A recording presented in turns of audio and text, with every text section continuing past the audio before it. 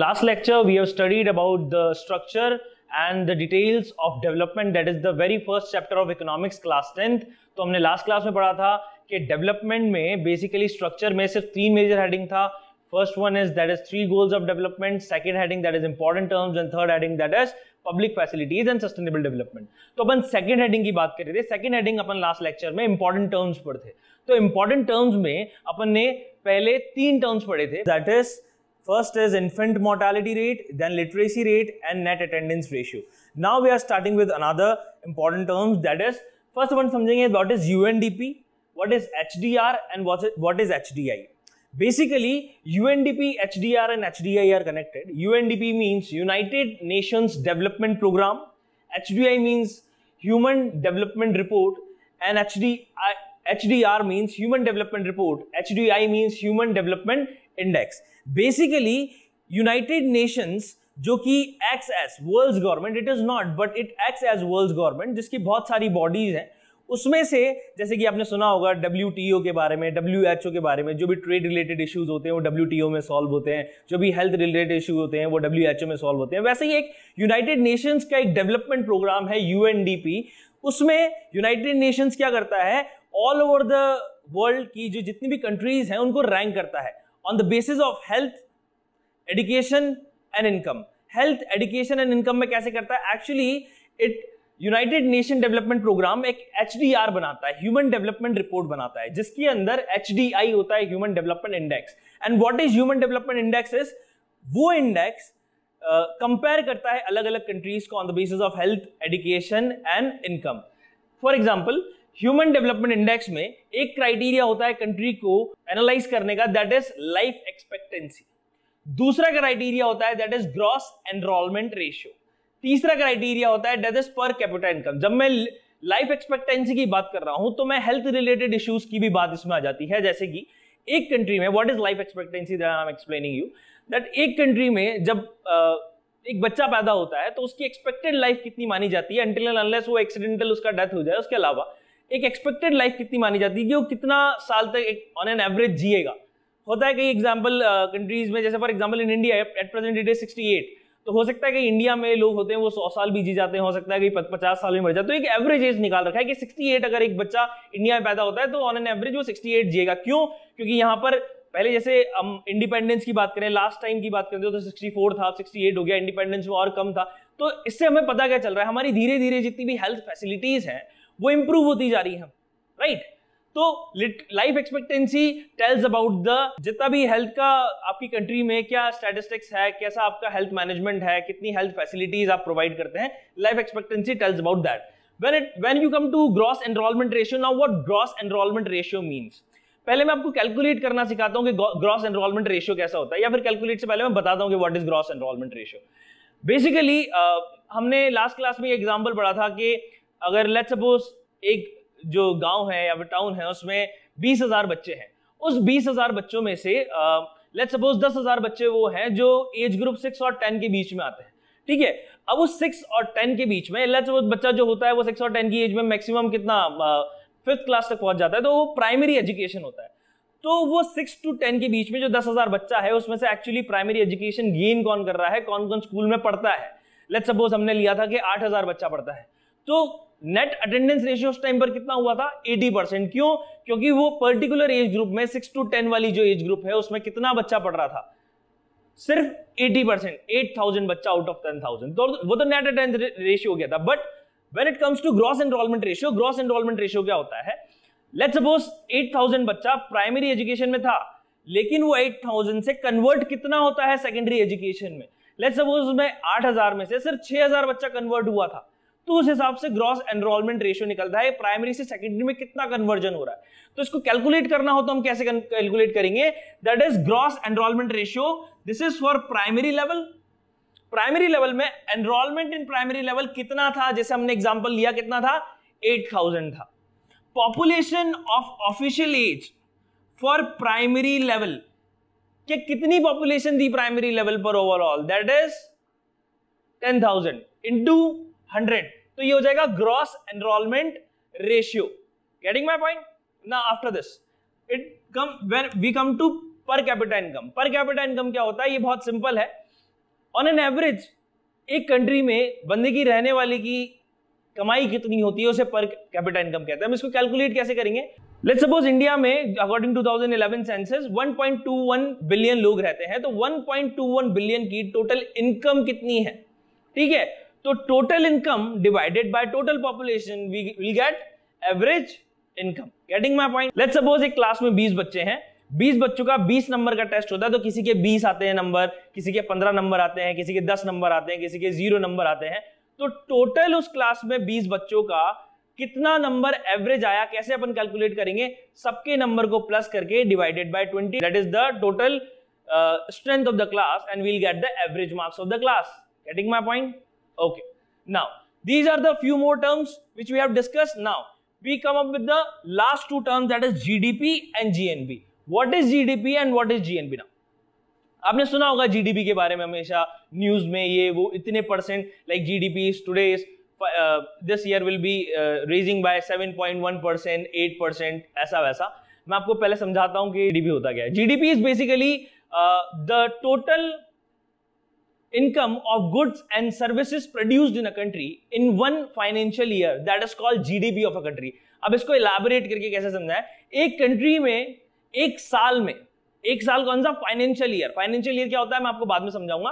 पहले एक कंट्री में एक साल में टोटल कितनी गुड्स प्रोड्यूस हुई हैं और कितनी सर्विसेज प्रोड्यूस हुई हैं, उनकी टोटल वैल्यू उस कंट्री की जीडीपी कहलाती है। अब गुड्स तो कैलकुलेट अपन कर सकते हैं, जैसे फॉर एग्जांपल एक बॉटल, एक एसी, एक फ्रिज, ये एक साल में कितने प्रोड्यूस हो रहे हैं, उनकी टोटल वैल्यू क्या है। लेकिन service, for example I am what I am producing, I am not producing like मैं क्रॉप प्रोड्यूस नहीं कर रहा हूं, मैं फ्रिज प्रोड्यूस में कुछ नहीं कर, लेकिन yes I am producing services, I am giving you services, no I am giving you lecture, so this is a service. तो मेरी इनकम प्लस एक कंट्री में हमारे जैसे जितने भी काम करते हैं, whether they are teachers, whether they are waiters, whether they are any public servants, उनकी टोटल इनकम कितना होता है, उनकी सर्विसेज से सैलरी मिलता है वो कितना होता है, प्लस एक कंट्री में जितने भी गुड्स और सर्विसेज बने उनका टोटल कितना होता है, ये सबको टोटल करके एक फाइनेंशियल ईयर में अगर आप कैलकुलेट करें तो वो कंट्री का टोटल जीडीपी होता है। फाइनेंशियल ईयर क्या होता है मैंने आपको बताया था, मैं बाद में बताऊंगा।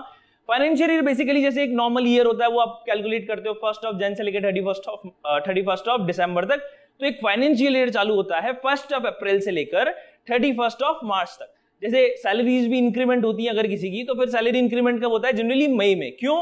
क्योंकि अप्रैल से इंक्रीमेंट लगता है और वो सैलरी मई में आती है, तो इसीलिए हमेशा इंक्रीमेंट, जो इंक्रीमेंटेड सैलरी होती है वो होती है मई में। तो this is because of the financial year, क्योंकि क्लोजिंग जब होती है, आप बजट की क्लोजिंग मानते हो, जब क्लोजिंग जब होती है पूरे साल में हमको एक कंपनी को कितना फायदा हुआ और कितना नुकसान हुआ है कैलकुलेट किया जाता है मार्च के एंड में, वो क्लोजिंग टाइम होता है। तो नया साल फाइनेंशियल ईयर कब चालू होता है? That is on 1 April. ठीक है, तो ये जीडीपी होता है। Now what is GNP? GNP बस इतना सा समझिए आप कि GDP plus income from abroad is called GNP. GDP plus income from abroad, this is what is GNP. अब जीएनपी में आपको और क्या समझाओ, जैसे for example Sundar Pichai, if I talk about Sundar Pichai, CEO of Google, he is earning there in billions.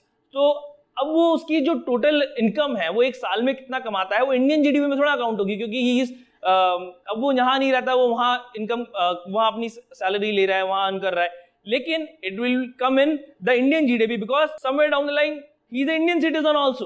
तो हम हमारी सर्विसेज कितना बाहर दे रहे हैं उसकी टोटल वैल्यू प्लस जो हम एक्सपोर्ट करते हैं सामान बाहर। For example if you are exporting wheat to some country, let's suppose to any country, if you are exporting wheat, तो वो व्हीट जो हम एक्सपोर्ट कर रहे हैं और फॉरेन एक्सचेंज में जो हम करेंसी अर्न कर रहे हैं, जो उनका फॉरेन एक्सचेंज अर्न कर रहे हैं, तो वो इनकम कहां जाएगी? वो इनकम जीडीपी में नहीं, वो इनकम जीएनपी में इंक्लूड होगी। क्यों? क्योंकि that is income from abroad, whether they are goods और services. Getting my point? So these are the few important terms which we have read. I think total 11 important terms we have read. I think I should recall it once more. First we have read infant mortality rate, then we have read literacy rate, then net attendance ratio, then we are here with UNDP, then HDR, then HDI 6, literacy rate 7, gross enrollment ratio 8, per capita income 9, GDP 10 and GNP 11. So total 11 important terms are there. Now we'll start with the last and third major heading of this chapter, that is public facilities and sustainable development. Last and the third major heading of the chapter development, that is public facility and sustainable development. जब मैं public facility की बात करता हूं तो public facilities are those which are provided by the government to satisfy the collective needs of the people living in the country. अब public facilities जैसे कि for example hospitals, community halls, parks, her government यही वादे करके power में आती है कि वो आपको ज्यादा से ज्यादा सुविधाएं प्रोवाइड करवाएगी.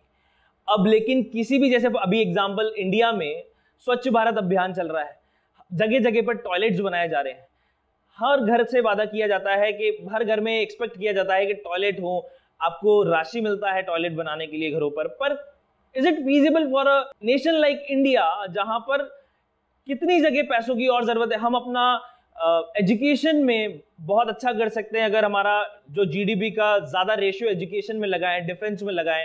इट इज नॉट फीजिबल कि हमारी सरकार हमें सिर्फ टॉयलेट बनाने के लिए हर एक घर में फंड कर सके. Getting my point?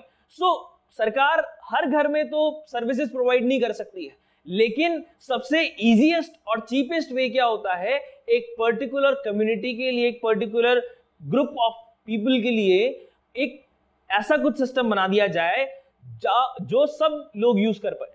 Getting my point? जैसे कि फॉर एग्जांपल एक हर घर में toilet banana is not feasible, लेकिन हाँ एक मोहल्ले में, if you have heard about सुलभ शौचालय, ठीक है, तो एक मोहल्ले में वो बन सकता है. तो क्या होता है, इससे बहुत पैसा बचता है और at the same time sanitation facility भी इंप्रूव होता है. That is a public facility obviously. Getting my point? Similarly public park, अब ये तो एक बिल्कुल नॉनसेंस ही बात हो जाएगी कि पब्लिक पार्क मतलब एक हर घर के लिए एक अलग पार्क दे रहे हैं. Getting my point? तो पब्लिक पार्क इसलिए बनाए जाते हैं कि you can go there, play, spend your leisure time etcetera etcetera. तो हर घर में चीजें ना प्रोवाइड करके एक एज अ होल चीजें प्रोवाइड करवा देना, these are known as public facility. ये बहुत सिंपल सा एक टॉपिक है जो आपको बहुत आसानी से समझ में आ जाएगा. But the term sustainable development means a lot. कि सस्टेनेबल डेवलपमेंट होता क्या है, लोगों को समझ में नहीं आता. It is not a conservation. अपन क्या कर लेते हैं, sustainable development is a type of, is a conservation, but it is not a conservation, it is a type of conservation. Basically conservation में आप क्या करते हो कि चीजों को अब आगे के लिए बचा के रखो, अब यूज मत करो, अब इसका बचा के रखो. दिस इज कॉल्ड कंजर्वेशन, आप बचा के रखना. बट सस्टेनेबल डेवलपमेंट ऐसा नहीं कहता है. According to sustainable development, let me tell you what sustainable development means.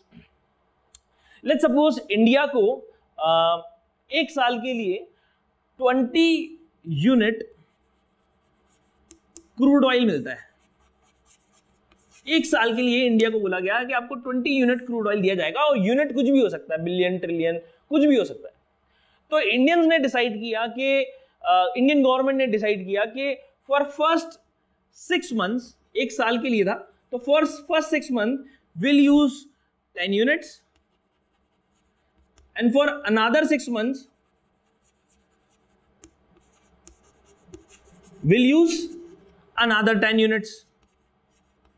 लेकिन क्या है, ये तो आपने एक्सपेक्ट किया कि ये ऐसा होगा, दिस इज एक्सपेक्टेड, बट ऐसा होता नहीं है. रियलिटी में क्या होता है, this is a hypothetical example. Reality में क्या होता है, इन जस्ट फर्स्ट 2 मंथ्स हम क्या करते हैं कि 8 यूनिट क्रूड ऑयल कंज्यूम कर लेते हैं. इन जस्ट फर्स्ट 2 मंथ्स हमने कितना क्रूड ऑयल कंज्यूम कर लिया, 8 यूनिट. ठीक है, अब हमारे को बाकी के 4 महीने के लिए सिर्फ 2 यूनिट क्रूड ऑयल बच रहा है. एक्चुअली देखा जाए तो हमारे पास 10 यूनिट क्रूड ऑयल और बच रहा है. लेकिन हमने क्या डिसाइड किया था, for first 6 months will use only 10 units and for another 6 month will use another 10 units.